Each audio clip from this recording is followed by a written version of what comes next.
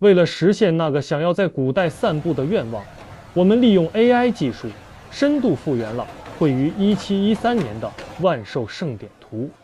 这一年是康熙皇帝的60岁大寿，现在的北京城到处是张灯结彩的棚座与欢腾的人群。请戴上耳机，调高画质，和我一起跨越300年的时空。这场旅程从此刻开始。这里是西直门外的高梁桥附近，也就是今天北京动物园北侧的长河一带。这一带在清代是通往圆明园的必经之路，河道两岸垂柳依依，被誉为京城的小江南。请看左上角的白塔，那是著名的西直门外白塔寺。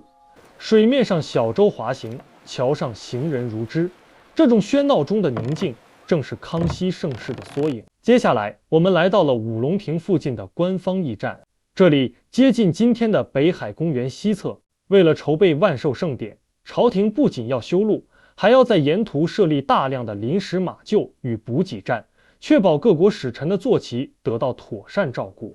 注意看画面右侧的马厩，几匹骏马正在低头进食，马夫们忙碌地穿梭其间，空气中仿佛混合着干草与泥土的气息。此时，我们正站在西直门内的大街上，眼前的临时彩棚高耸入云。万寿庆典最显著的特征就是棚座文化。这种由沙膏和席子搭成的棚子，不仅遮阳避雨，更是各大商铺展示财力的舞台。看右下角，街道两旁已经打扫得一尘不染，高耸的龙旗随风摆动，预示着盛大的巡游仪式即将通过。这里的戏台名为古北大庄，位于内城重要的十字路口。盛典期间，沿途每隔100步便有一座戏台。这些大戏从早唱到晚，不仅是给皇上祝寿，更是全北京百姓的狂欢节。戏台上演员正襟危坐，台下众生相尽在其中。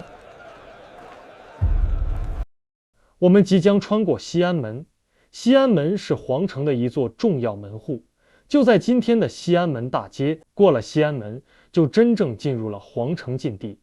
这里的秩序明显严谨了许多，只有佩戴特定腰牌的官员和僧道才能通行。看这些列队的马匹，他们正按次序通过瓮城，整肃的氛围与城外的喧嚣形成了鲜明对比。接下来，这是全片最震撼的画面。盛典中的象阵位置在皇城根下的官道旁。清代养象是一种传统，主要由栾仪卫负责。大象象征着太平有象，在皇帝巡幸时，它们是最高规格的仪仗。看左侧那头巨象，它的象钩和装束极其考究，围观的群众纷纷驻足。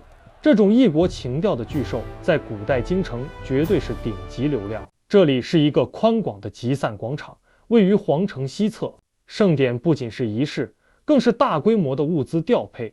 你可以看到很多背着包袱、牵着骆驼的商人，他们从全国各地赶来分享这巨大的商机。注意看画面的中景，2匹背着沉重行囊的骡马，周围的官员和百姓混杂在一起，充满了真实的市井烟火气。紧接着，我们听到了震天的鼓声。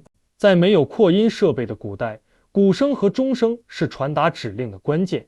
万寿盛典的仪仗队规模宏大，乐手必须整齐划一。画面下半部分的鼓手排成整齐的方阵，每个鼓上都会有龙纹，即便是透过画作，仿佛也能听到那厚重深沉的击鼓声。这里是白塔寺外最繁华的街区，也是老北京最著名的闹市区之一。为了迎接皇太后和皇帝，沿街的店铺都要装饰一新。当时的规定非常细致，连门脸的颜色和灯笼的样式都有讲究。最后一个镜头，我们停在了一处挂满牌匾的商业牌坊前。看到牌匾上的文字了吗？这些都是京城著名老字号的广告。万寿盛典不仅是一场政治大秀，更是清代品牌竞争最激烈的时刻。远处的街景逐渐模糊，近处的牌坊巍然耸立。这种层层叠叠的木质建筑勾勒出了300年前北京城最动人的天际线。在这些画作里走得越深，就越能听见生活的声音。这些鲜活的面孔曾在这片土地上真实的呼吸过。随着夜幕降临，这场盛典也将封存在历史的余晖中。你还想去哪个朝代散步？在评论区告诉我。感谢这段旅程有你陪伴，我们下期再见。